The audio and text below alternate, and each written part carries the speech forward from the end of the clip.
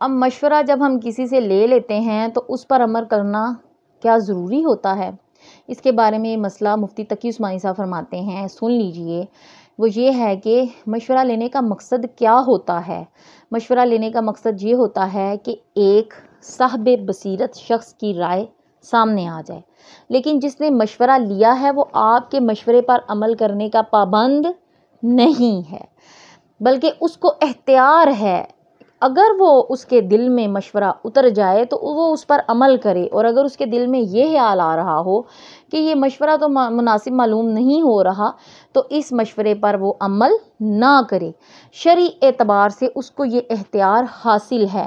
آپ مثلا فرض کریں کہ آپ نے کسی کو کسی بات پر مشورہ دیا اور اس نے اس مشورے پر عمل نہیں کیا، تو اس میں ناراض ہونے کی کوئی بات نہیں ہے کہ اس نے ہماری بات نہیں رکھی اور ہماری بات نہیں مانی، یا اس نے ہمارا مشورہ قبول نہیں کیا، اس لیے کہ مشورہ کا مقصد تو آپ کی رائے معلوم کرنا تھا۔ وہ رائے اس کو معلوم ہو گئی، اب اس کو اختیار ہے چاہے اس مشورے پر عمل کرے اور چاہے وہ عمل نہ کرے۔ اس سلسلے میں حضرت بریرہ رضی اللہ تعالیٰ عنہ کا واقعہ ہے کہ حضور اقدس صلی اللہ علیہ وسلم سے زیادہ اس دنیا میں صاحب الرائے کون ہو سکتا ہے؟ کوئی بھی نہیں۔ لیکن ایک صحابیہ تھیں، نام تھا ان کا بریرہ۔ یہ پہلے باندی تھیں، یعنی اس مسلمان ہونے سے پہلے، تو بعد میں وہ مسلمان ہو گئیں۔ ان کے آقا نے ان کا نکاح کیا ایک صحابی کے ساتھ، نام تھا حضرت مغیث رضی اللہ تعالیٰ عنہ۔ تو شریعت کا اصول یہ ہے کہ جب کوئی عورت کسی کی باندی ہو تو اس کا جو آقا ہوتا ہے وہ اس کا ولی ہوتا ہے، اور اس کو بھی یہ اختیار ہوتا ہے کہ وہ جس سے چاہے اپنی باندی کا نکاح کر دے۔ وہ باندی اپنے آقا کو منع نہیں کر سکتی تھی۔ بہرحال اس کے آقا نے اس کا نکاح کر دیا، اور کچھ عرصے کے بعد آقا نے پھر اس باندی کو آزاد کر دیا۔ اور شریعت کا دوسرا حکم یہ ہے کہ اگر باندی آزاد کر دی جائے اور آقا نے اس کا نکاح پہلے سے ہی کسی کے ساتھ کر رکھا ہو، تو پھر اس کو آزادی کے بعد یہ اختیار ملتا ہے کہ چاہے وہ اس نکاح کو برقرار رکھے اور چاہے برقرار نہ رکھے، اس کو ختم کر دے۔ تو چنانچہ حضرت بریرہ رضی اللہ تعالیٰ عنہ کے پاس یہ اختیار تھا۔ جب وہ آزاد ہوئیں تو حضور اقدس نے شریعت کا یہ حکم حضرت بریرہ کو بتا دیا کہ اب تمہیں اختیار ہے کہ مغیث کے پاس چاہو تو رہو، چاہو تو علیحدگی اختیار کر لو۔